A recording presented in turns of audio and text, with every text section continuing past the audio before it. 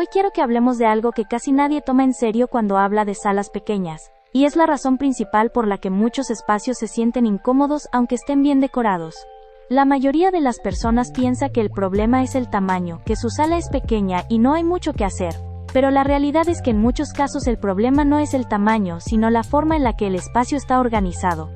Cuando entras a una sala, tu cuerpo reacciona antes que tu mente. Caminas, giras, pasas entre los muebles sin pensar, y si algo estorba, lo sientes de inmediato.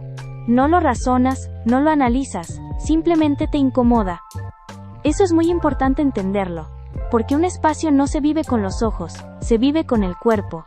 Y cuando la distribución no está bien pensada, esa incomodidad se acumula todos los días sin que te des cuenta. En muchas salas pequeñas, el error empieza desde el primer mueble que se coloca, generalmente el sillón. Se compra por tamaño o por diseño, pero no por función. Se coloca donde se ve bien, y no donde realmente debería ir. El resultado es que el sillón bloquea el paso natural, obliga a rodearlo o a pasar de lado, y poco a poco convierte un espacio que debería sentirse abierto en uno que se siente pesado. Y aquí pasa algo interesante.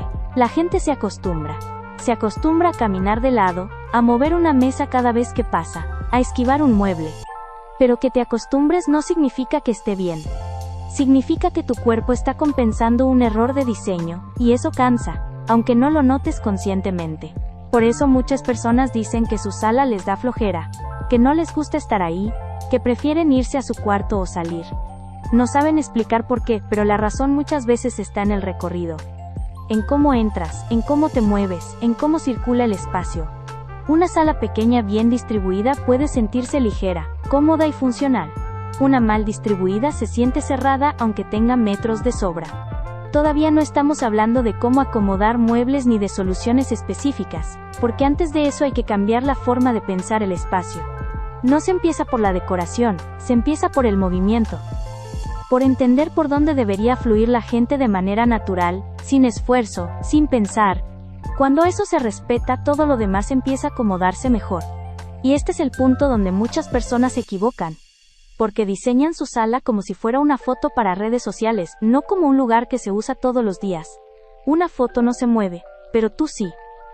Tu familia sí. Tus visitas sí. Y si el espacio no está pensado para eso, siempre se va a sentir mal, aunque no sepas exactamente por qué. Ahora, siguiendo con esta idea del movimiento y la circulación, hay algo que casi nadie se detiene a observar en su propia sala, y es el recorrido real que hacen todos los días. No el recorrido ideal, no el que imaginan, sino el que sucede de verdad cuando entran a la casa, cuando pasan a sentarse, cuando alguien se levanta por un vaso de agua, o cuando llegan visitas. Ese recorrido real casi siempre revela el error con mucha claridad. En muchas salas pequeñas, el paso principal queda atrapado entre el sillón y la pared, o peor aún, entre el sillón y una mesa de centro demasiado grande.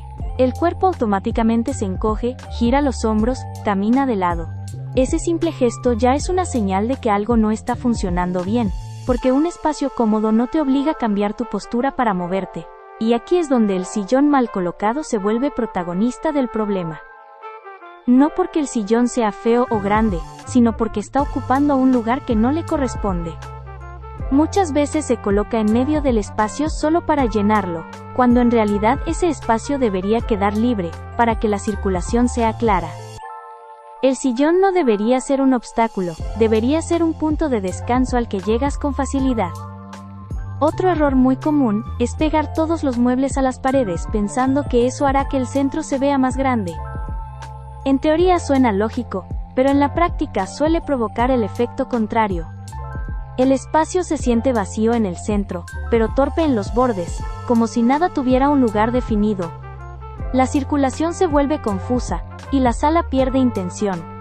Cuando una sala está bien pensada, puedes entrar y entender el espacio sin esfuerzo. Sabes por dónde caminar, dónde sentarte, dónde apoyar algo, no lo piensas, simplemente sucede. En cambio, cuando hay errores de distribución, el cerebro tiene que trabajar más, y ese pequeño esfuerzo constante termina generando cansancio visual y físico. También pasa mucho que se colocan muebles solo porque van ahí, porque así lo vieron en otra casa o en una imagen de internet, sin considerar las proporciones reales del espacio. Una mesa de centro demasiado grande puede ser tan problemática como un sillón mal ubicado. No por el tamaño en sí, sino porque interrumpe el flujo natural entre las personas y los asientos. Y algo muy importante, una sala pequeña no necesita más muebles para sentirse completa, necesita menos obstáculos. Cada mueble debería justificar su presencia no solo por cómo se ve, sino por cómo permite moverse alrededor de él. Si un mueble obliga a rodearlo, a esquivarlo o a moverlo constantemente, ese mueble está mal ubicado, o simplemente sobra. Aquí es donde muchas personas se dan cuenta de que el problema no era su sala, sino las decisiones que tomaron sin darse cuenta. No es que el espacio sea imposible, es que nunca se diseñó pensando en cómo se usa realmente. Y cuando empiezas a ver tu sala desde este punto de vista, ya no puedes dejar de notar esos detalles. Porque una vez que entiendes cómo debería fluir el espacio, empiezas a ver errores que antes parecían normales. El sillón atravesado, la mesa estorbando, el paso reducido, todo empieza a tener sentido, y eso abre la puerta a cambios simples, que transforman por completo la experiencia del lugar. Siguiendo con todo esto, hay algo que termina de revelar el error cuando lo miras con atención, y es cómo se siente la sala cuando está en silencio, cuando no hay nadie caminando, cuando simplemente la observas unos segundos antes de sentarte. Un espacio bien distribuido se siente ligero, incluso vacío, mientras que uno mal distribuido se siente pesado aunque no tenga muchos muebles. Muchas veces el problema no es que falte espacio, sino que el espacio útil está mal repartido. Hay zonas que están saturadas y otras que no se usan para nada. Por ejemplo, cuando el sillón invade el centro y deja pasillos estrechos alrededor, el centro pierde su función, y los bordes se vuelven incómodos. Visualmente parece lleno, pero funcionalmente está desperdiciado. También influye mucho la orientación de los muebles. Un sillón colocado en un ángulo incorrecto puede romper completamente la lógica del espacio. No porque se vea mal, sino porque obliga a que todo lo demás se adapte a él. La mesa, la circulación, incluso la forma en la que las personas se sientan termina girando alrededor de un error inicial que nunca se cuestionó. Y aquí pasa algo interesante. Cuando el error está en la distribución, ninguna decoración lo arregla. Puedes cambiar cojines, colores, cuadros, iluminación. Pero si el recorrido sigue siendo incómodo, la sensación de desorden y cansancio permanece. Por eso hay salas que se ven bonitas en fotos pero no se sienten bien al habitarlas.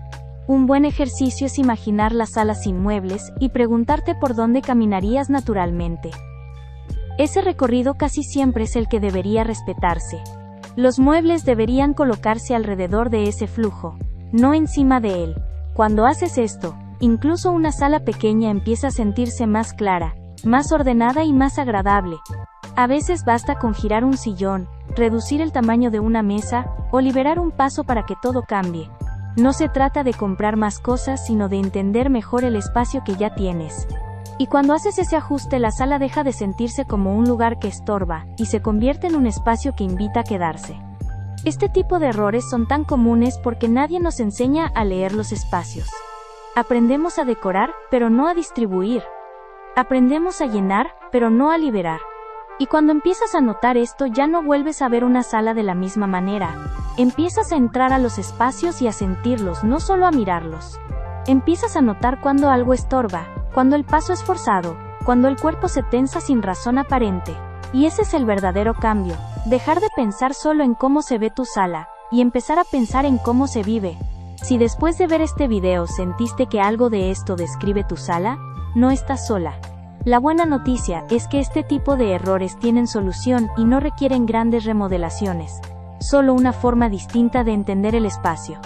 Si te gustó este contenido y quieres seguir aprendiendo a transformar tu casa desde la lógica y no solo desde la decoración, suscríbete y quédate por aquí, porque en los siguientes videos, vamos a seguir desarmando estos errores que casi nadie te explica.